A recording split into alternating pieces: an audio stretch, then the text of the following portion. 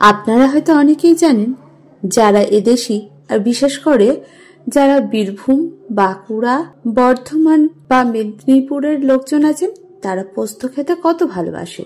জন্মগতভাবে আমি বীরভূমেরই মানুষ হয়েছি।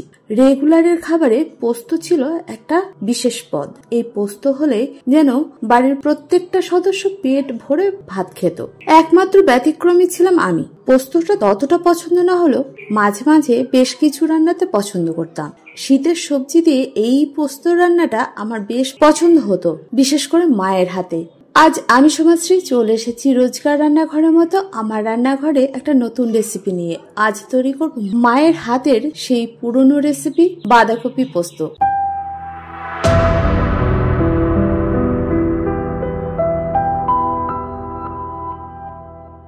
এই রেসিপিটা তৈরি করার জন্য কি কি উপকরণ লাগবে আগে বলে নিই। এটার জন্য নিয়ে নিয়েছি বাঁধাকপি একটা মিডিয়াম সাইজের, এবং এটাকে আমি ভালো করে ধুয়ে ছোট ছোট টুকরো করে আর ভালোভাবে ধুয়ে রেখে দিয়েছি। আর এটা তৈরি করব মটরশুঁটি দিয়ে, তাই নিয়ে নিয়েছি মটরশুঁটি, যেটা আমি ফ্রিজে আগে থেকেই খোসা ছাড়িয়ে রেখেছিলাম। এর জন্য এই মটরশুঁটি গুলো একটুখানি শুকিয়ে এসেছে। আর লাগবে দুটো মিডিয়াম সাইজের পেঁয়াজ কুচি। এছাড়াও লাগবে পোস্ত। আমি এখানে 3 টেবিল চামচের বেশি দিয়েছি, আর একটু বেশি হলে ভালোই হতো। এছাড়াও লাগবে স্বাদ অনুযায়ী কাঁচা লঙ্কা। মটরশুঁটিটাকে সিদ্ধ করতে হবে, যেহেতু এটা শুকিয়ে এসেছে। আর এই জন্য নিয়ে নিয়েছি একটা প্রেসার কুকারে পরিমাণ মতো জল। এর মধ্যে দিয়ে দিয়েছি মটরশুঁটি, দিয়েছি 1 চা চামচ নুন, সামান্য হলুদ গুঁড়ো। আর এই প্রেসার কুকারের মধ্যে দিয়ে দিয়েছি কেটে রাখা বাঁধাকপিটাকেও। ফলে একই সঙ্গে মটরশুঁটি আর বাঁধাকপি দুটোই সিদ্ধ করে নিতে পারবো। এই বাঁধাকপিটাকে মিডিয়াম আঁচে 2টো সিটি দিয়ে নিয়েছি। বাঁধাকপি সিদ্ধ হয়ে গেলে জল ঝরিয়ে নিয়ে রেখে দিতে হবে। এই যে দেখুন, বাঁধাকপি সিদ্ধ হয়ে গেছে, জল ঝরিয়ে রেখে দিয়েছি। ততক্ষণে তৈরি করে নিয়েছি পোস্তটাকে পেস্ট করে রেখে দিয়েছি।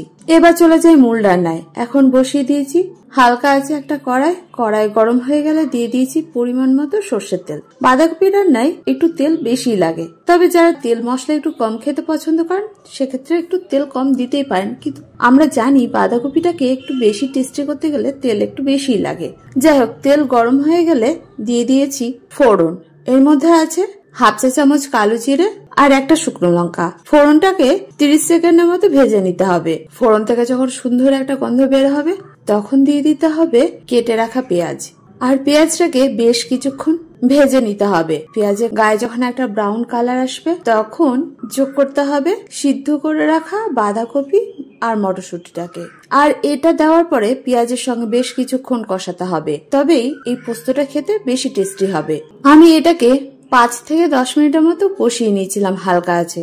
এরপরে দিয়ে দিয়েছি বেটে রাখা পোস্তটাকে এই বাকি উপকরণের সঙ্গে ভালোভাবে মিশিয়ে নিতে হবে। প্রয়োজনে দিয়ে দিতে হবে সামান্য জল। যদি আপনারা এটাকে মিক্সিতে পেস্ট করে থাকেন, তাহলে মিক্সিতে হওয়া জলও ব্যবহার করতে পারেন। আমি যেহেতু এটাকে শিলবাটায় বেটেছিলাম, তাই আর জলটাকে তুলিনি। এখন আমি এই পোস্ততে সামান্য হালকা গরম জল দিয়ে দেব। তার মাঝে দিয়ে দেব স্বাদ অনুযায়ী নুন। এখন এই নুনটা বুঝে দিতে হবে, যেহেতু বাঁধাকপি সিদ্ধ করার সময় নুন দেওয়া ছিল, তাই পরিমাণে কম দিতে হবে। আর দিতে হবে কয়েক দানা চিনি। এই চিনিটা দিলে টেস্টটা খুব ভালো হয়। এবার এই যে দিয়ে দিয়েছি সামান্য গরম জল। নর্মাল জলও দিতে পারেন, তবে আমি গরম জল রান্নায় ব্যবহার করি, যেটা খাবারটার টেস্টটাকে বেশ বাড়িয়ে তোলে। এখন এটাকে আরো বেশ কিছুক্ষণ কষিয়ে নিতে হবে, তাহলেই তৈরি হয়ে যাবে দুর্দান্ত স্বাদের বাঁধাকপি পোস্ত। যতদিন এই ঠান্ডার কচি বাঁধাকপি রয়েছে, ততদিনের মধ্যে একবার তৈরি করে ফেলুন। সব শেষে সামান্য তেলও ব্যবহার করতে পারেন, এটা আমার মা দেয়, আমি আর দিইনি। যেহেতু রান্না করার আগে আমি বেশ কিছুটা তেল দিয়েছিলাম, তাই দেখুন এখন রান্না করার প্রায় শেষের পথে, আর তেলটা কতটা ছেড়ে গেছে। এখন আমি বাঁধাকপিটাকে ভালো করে খুন্তির সাহায্যে ম্যাশ করে দিচ্ছি, যাতে খুব ভালোভাবে এই মশলাটা বাঁধাকপির সঙ্গে ঢুকে যেতে পারে।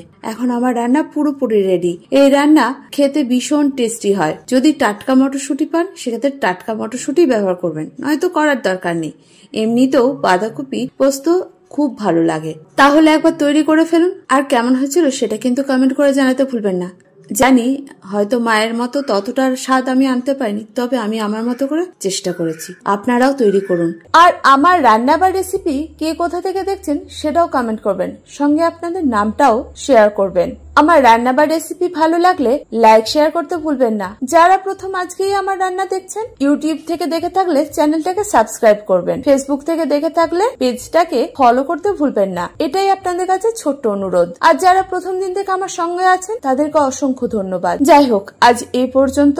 দেখা হচ্ছে পরবর্তী ভিডিওতে। আপনারা ভালো থাকুন, সুস্থ থাকুন। ধন্যবাদ।